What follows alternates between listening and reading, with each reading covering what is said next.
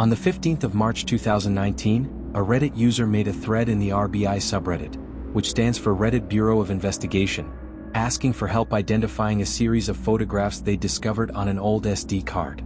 The user went on to state that they had recently purchased a lot of vintage cameras at an estate sale in rural Vermont, and while testing one of the cameras, they found an SD card that had been left inside. The photos on the card would lead to one of the most disturbing mysteries in Reddit's history. Let me tell you about 4 Reddit posts that went from strange to absolutely terrifying once the full backstory was revealed. Story 1. The estate sale camera. The original poster, going by the username VintageCollector88, explained that they were an amateur photographer and often bought old cameras from estate sales to restore and collect. This particular camera was a mid-2000s digital camera, nothing special, but it was in good condition. When they inserted the SD card into their computer to format it, they noticed it contained 47 photographs. At first glance, the photos appeared to be typical family snapshots. Birthday parties, holiday gatherings, children playing in a backyard. Normal, mundane images. But as the user scrolled through them chronologically, they noticed something disturbing. In the background of the photos, barely visible, was always the same figure. A person standing in doorways, peering through windows, lurking at the edges of the frame. The figure was always slightly out of focus, always partially obscured but unmistakably present. The user posted several of these photos to the RBI subreddit, asking if anyone could identify what they were seeing. Within hours, the thread exploded with responses. Other users confirmed what the original poster suspected. There was definitely someone in the background of these family photos who shouldn't have been there. What made the situation even more disturbing was the progression. In the earlier photos, the figure was far away, standing in the tree line of the backyard, barely visible through a window reflection. But as the photos progressed chronologically, the figure got closer. In the final photos, taken what appeared to be during a child's birthday party, the figure was standing directly in the doorway of the house, clearly visible, staring directly at whoever was taking the photo. One Reddit user with photography experience noted that based on the timestamps embedded in the photo files, all 47 images were taken over a span of just 3 months, September through November 2007. Another user suggested running the photos through facial recognition software to see if the figure could be identified. The original poster did exactly that, and what they found was chilling. The figure appeared to be the same person in every single photo. A male, approximately 40 to 50 years old, wearing dark clothing. At this point, other Reddit users began suggesting that the original poster should contact police. This wasn't just a mystery, it was evidence of stalking, possibly worse. The user agreed and reached out to the Vermont State Police, providing them with the SD card and the information about the estate sale where they'd purchased the camera. This is where the story takes a dark turn. The police were able to trace the camera back to the estate sale, which had been held after the death of an elderly woman named Margaret Winters. Margaret had lived alone in a rural farmhouse for the last 15 years of her life, following the death of her husband. The photos on the SD card, however, did not belong to Margaret. Based on the content of the images and some visible details in the backgrounds, including a calendar visible in one photo showing September 2007, police determined the camera had likely been taken from another location. Investigators began looking into missing persons cases and unsolved crimes in Vermont from 2007. What they discovered was horrifying. In December 2007, a family of 4, parents and 2 young children, had disappeared from their home in a small Vermont town about 30 miles from where Margaret Winters lived. The family's car was found abandoned at a rest stop near the Canadian border, but no other trace of them was ever found. The case went cold. When investigators compared the photos from the SD card to photos of the missing family's home, which had been documented during the original investigation, they matched. The backyard, the interior layout visible through windows, even the children's faces, it was the same family. The figure in the background of the photos had been stalking this family for 3 months before they disappeared. But here's where it gets even darker. When police searched Margaret Winters' property more thoroughly, they discovered something in a storage shed behind her house. A collection of personal items that had belonged to the missing family. Clothing, toys, photographs, and the camera. Margaret Winters had died of natural causes in 2018, more than a decade after the family disappeared. But the evidence suggested she'd been storing these items for years. The question became, was Margaret involved in the disappearance? Or had someone else, possibly the figure in the photos, used her property without her knowledge? Police investigated Margaret's background. She'd been a reclusive woman, rarely leaving her property. Neighbors described her as odd but harmless. She had no criminal record. But here's the detail that makes this story even more unsettling. Margaret had a son. A son who had lived with her on and off throughout his adult life. A son who matched the general description of the figure in the photographs. His name was Thomas Winters. He was 52 years old at the time of his mother's death. And when police tried to locate him, they discovered he'd left Vermont shortly after his mother's funeral. His current whereabouts were unknown. Investigators obtained a photograph of Thomas Winters from his driver's license records. When they compared it to enhanced images of the figure from the SD card photos, the resemblance was undeniable. A warrant was issued for Thomas Winters' arrest on suspicion of kidnapping and murder. But as of today, he has never been found. The case remains open. The original Reddit poster, Vintage Collector 88, later deleted their account. But the photos they shared sparked a renewed investigation into a cold case that had been forgotten for over a decade. The family, the Hendersons, father Mark, mother Sarah, daughter Emma age 7, and son Lucas age 5, are still listed as missing. Their bodies have never been recovered. And somewhere, Thomas Winters is still out there, possibly with answers about what happened during those 3 months he spent watching that family, and what happened after the photos stopped. Story 2, the apartment building livestream. On September 8, 2021, a Reddit user posted in the cybersecurity subreddit with a question that initially seemed innocuous but would reveal something deeply disturbing. The user, going by the name TechCCGuy, stated that while conducting a routine security audit for a small tech company in Seattle, Washington, he had discovered an unusual IP address on the company's network that didn't belong to any authorized device. The user explained that as part of his job, he regularly scanned networks for unauthorized access points, vulnerabilities, and potential security threats. During one such scan, he identified an IP address that was consuming a significant amount of bandwidth, approximately 2 to 3 gigabytes per hour, consistently 24/7. This was unusual. Most unauthorized devices on a network are either dormant, waiting to be activated for malicious purposes, or consume minimal bandwidth. This device was actively transmitting large amounts of data continuously. Using network analysis tools, the user traced the IP address to a device somewhere in the building. The problem was the building housed not just the tech company, but also 30 residential apartments on the floors above. The user posted asking for advice. Should he report this to building management? Should he try to identify the specific apartment? Was this even something he should be concerned about? The responses he received were unanimous. Investigate further, but carefully. Over the next week, the user provided updates in the form of edited posts. Using a combination of wireless signal strength triangulation and building blueprints he obtained from the management office, he narrowed down the device's location to one of 3 apartments on the 4th floor. But here's where it gets strange. When he checked the building's resident directory, all 3 of those apartments were listed as vacant.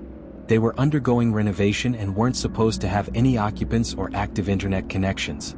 The user decided to contact building management discreetly. He explained that there appeared to be an unauthorized device consuming bandwidth in one of the vacant units. The building manager was skeptical but agreed to let him accompany a maintenance worker to check the apartments. What they found was horrifying. In apartment 4B, completely empty except for renovation supplies, there was a small closet near the water heater. Inside that closet, carefully hidden behind a false panel, was a sophisticated setup. For laptops, a router, several external hard drives, and multiple wireless cameras. The laptops were running 24/7, streaming and recording. But streaming what?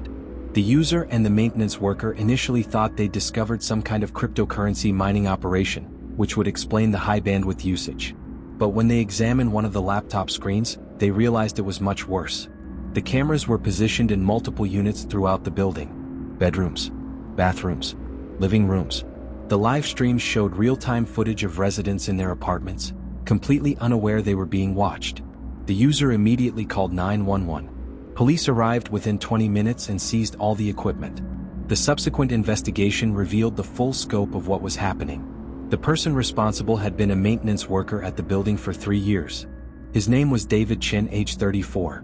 He had legitimate access to all apartments for repairs and inspections. Over those 3 years, he'd been installing hidden cameras in apartments throughout the building.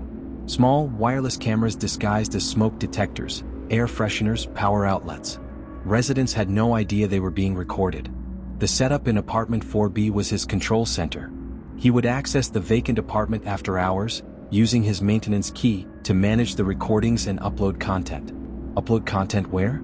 That's the disturbing part. Police discovered that David Chin had been selling the footage online.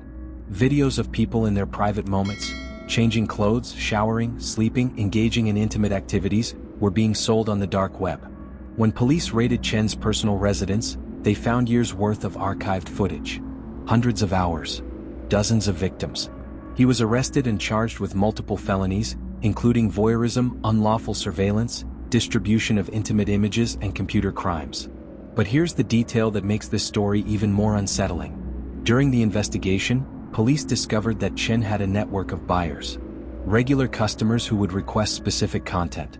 More footage of the woman in 5C. Do you have anything from the couple in 2A's bedroom? This wasn't just opportunistic voyeurism. It was targeted, systematic, and had been operating as a business for years. The building management company faced multiple lawsuits. Residents who'd lived there during Chen's employment had to reckon with the possibility that they'd been filmed without their knowledge. Many moved out immediately. The original Reddit poster, TechSEC Guy, was credited by police for uncovering the operation. His routine security audit had accidentally revealed a crime that might have continued indefinitely if not for his diligence. Chin pleaded guilty to avoid trial and was sentenced to 15 years in prison. But the psychological damage to the victims, many of whom still don't know the full extent of what was captured on camera, is immeasurable. The user's final update on Reddit was brief: changed careers. Don't do security audits anymore. Some things you can't unsee. Story 3. The Storage Unit Auction Find. In November 2020, a Reddit user posted in the What Is This Thing subreddit with a question that would lead to one of the most disturbing discoveries in the platform's history. The user, going by FlipperPro, explained that they made their living buying abandoned storage units at auction, sorting through the contents and reselling anything valuable. For those unfamiliar, when someone stops paying rent on a storage unit for an extended period, the storage facility eventually auctions off the contents to recoup their losses. It's a gamble. Sometimes you get valuable antiques or collectibles, sometimes you get trash. FlipperPro had just purchased a unit at an auction in rural Pennsylvania. The unit had been abandoned for 2 years, unpaid rent accumulating. At the auction, bidders could only look into the unit from the doorway, no touching, no detailed inspection. FlipperPro saw what looked like furniture, boxes, and some electronics. They bid $350 and won. When they opened the unit to begin sorting, they found the usual items. Old furniture, clothes, kitchen supplies, boxes of books. But in the back corner, underneath a tarp, they found something unusual. A locked filing cabinet. Using bolt cutters to open it, they discovered it was filled with documents. Medical records. Legal paperwork. And photographs. Hundreds of photographs. The photographs were disturbing. They showed various people, men, women, children, in what appeared to be medical or therapeutic settings. But something was wrong with the images. The people looked distressed, restrained. Some showed visible injuries. The user posted several of the less graphic photos with faces redacted, asking if anyone could help identify what they'd found. Was this from a legitimate medical facility? A research project? Something else? Within hours, Reddit users began identifying elements in the photos. One user recognized the style of furniture and equipment as being from the 1980s or early 1990s. Another user with a background in medical history pointed out that some of the restraints shown in the photos had been banned from use in mental health facilities decades ago due to ethical concerns. But the comment that changed everything came from a user who claimed to be a retired social worker. They stated that they recognized the setting of the photos. Not specifically, but the type. This looked like documentation from an unlicensed facility, the kind of place that operated on the fringes of legality, offering treatment for troubled children and teenagers that involved methods that would never be approved by any legitimate medical board. These facilities, sometimes called troubled teen programs or behavioral modification camps, operated throughout the 1980s and 1990s, often in remote areas where oversight was minimal. Many have since been shut down following investigations into abuse, but some records were never properly preserved or turned over to authorities. The user, FlipperPro, took this information seriously and contacted the Pennsylvania State Police. They turned over all the contents of the filing cabinet. The investigation that followed was extensive. Police identified the facility in the photographs as a now-defunct program called New Horizons Youth Center, which operated from 1987 to 1996 in rural Pennsylvania before closing following allegations of abuse that never resulted in charges due to lack of evidence. The documents in the filing cabinet were medical records, intake forms, and progress reports for over 200 children who had been sent to the facility by their parents, many under court order. But it was the photographs that provided the evidence that had been missing decades ago. The images clearly showed abuse, physical restraint beyond what would be medically necessary, children in isolation cells, visible injuries, conditions that violated every standard of care for minors in a therapeutic setting. Police began the painstaking process of identifying the individuals in the photographs and tracking down now adult survivors. Many of them had tried for years to bring attention to what had happened at New Horizons, but without evidence, their stories had been dismissed. The filing cabinet, which had been stored in a unit rented by a former staff member who'd kept the records for reasons unknown, provided that evidence. Criminal charges couldn't be filed. The statute of limitations had long expired, and the facility's director, a man named Richard Brennan, had died in 2003. But the discovery did lead to civil litigation. Multiple survivors came forward and filed a class action lawsuit against the estate of Richard Brennan and against some surviving former staff members. The case settled out of court for an undisclosed amount. But more importantly, it provided validation for survivors who'd been told for decades that they were lying or exaggerating their experiences.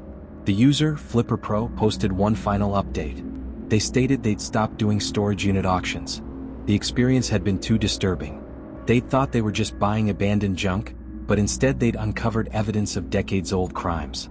They ended their post with a haunting question. How many other storage units out there contain similar secrets? How many pieces of evidence of crimes are just sitting in abandoned units, waiting to be discovered or destroyed? Story 4. The Craigslist Roommate Ad. In July 2022, a Reddit user posted in the Creepy Encounters subreddit with a story that would get increasingly disturbing as more details emerged. The user, going by Roommate Survivor, explained that they were a 24-year-old graduate student looking for affordable housing in Austin, Texas. Like many young people in expensive cities, they turned to Craigslist to find roommate situations. They found an ad that seemed perfect. Private bedroom and bathroom in a nice house, utilities included, $600 per month, and the poster emphasized they were easygoing and rarely home. The user reached out, exchanged a few emails with the person, a man named Marcus, and arranged to see the room. The house was indeed nice. Clean, well-furnished, in a safe neighborhood. Marcus seemed normal. Friendly but not overly so. Professional. He worked in tech, he said, which explained why he could afford the house and why he was rarely home. Lots of travel for work. The user moved in at the beginning of August. For the first 2 weeks, everything was fine. They barely saw Marcus. He'd leave early in the morning, come home late, or wouldn't be there at all for days at a time. Then the user started noticing small things. Items in their room would be slightly moved. A book they'd left on their nightstand would be on their desk. Their laptop would be angled differently. They chalked it up to themselves being forgetful. But then they noticed something that couldn't be explained away. They had a habit of placing a strand of hair across their door before leaving their room. An old trick they'd learned from a friend who was paranoid about privacy. If the hair was disturbed, it meant someone had opened the door. The hair kept being disturbed. Every time they left the house, they'd come back to find the hair gone, meaning someone had entered their room while they were away. The user confronted Marcus about it. Marcus denied it completely, seemed offended they would even suggest it. But the incidents continued. The user decided to set up a hidden camera in their room. Nothing expensive or sophisticated, just an old phone positioned on a bookshelf, set to record while they were at class. What the footage revealed was disturbing. Marcus was entering the room regularly while the user was away. He would sit at their desk, go through their belongings, read their journal, look through their laptop files. The user hadn't password protected it, and even lie down on their bed. The user posted this story on Reddit asking for advice. Should they confront Marcus again with the evidence? Should they just move out? Should they call the police? The responses overwhelmingly advised calling the police. This wasn't just a privacy violation, it was potentially criminal trespass, and the behavior was alarming. Before the user could act, something happened that escalated everything. They came home from class one afternoon to find Marcus in their room. He wasn't hiding. He was sitting on their bed, holding their laptop, scrolling through their photos. The user froze in the doorway.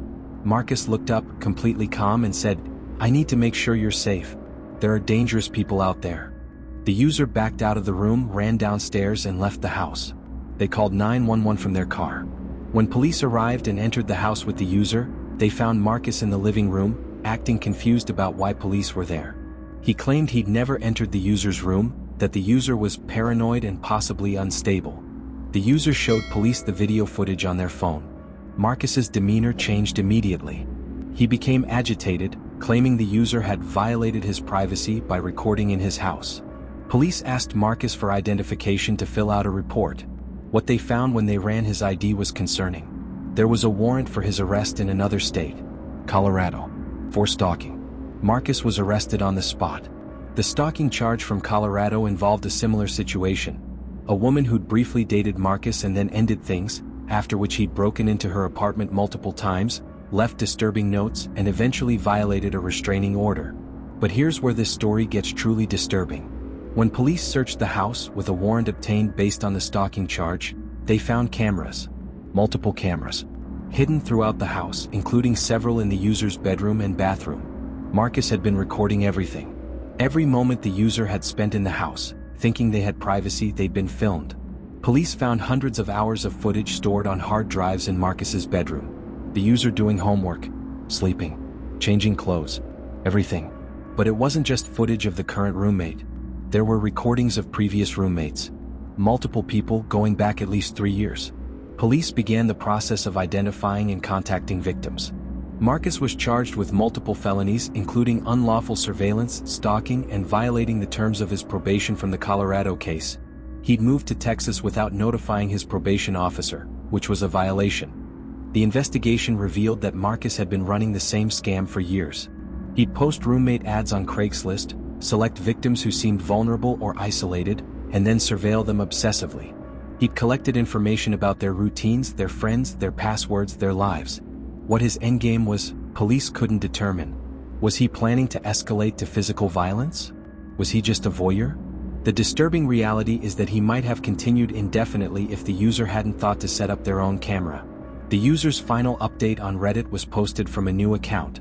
They stated they'd moved back in with their parents in another state, were in therapy, and had changed their name and appearance due to paranoia about being identified or found. They ended with a warning: always trust your instincts. When something feels wrong, it probably is. And never, ever live with someone you found on Craigslist without doing a thorough background check. Marcus pleaded guilty to avoid trial and was sentenced to 12 years in prison. But the psychological damage to his victims, people who thought they'd found a safe, affordable place to live, is something they'll carry forever. These 4 stories share a common thread. They started as innocent questions or discoveries posted on Reddit by ordinary people.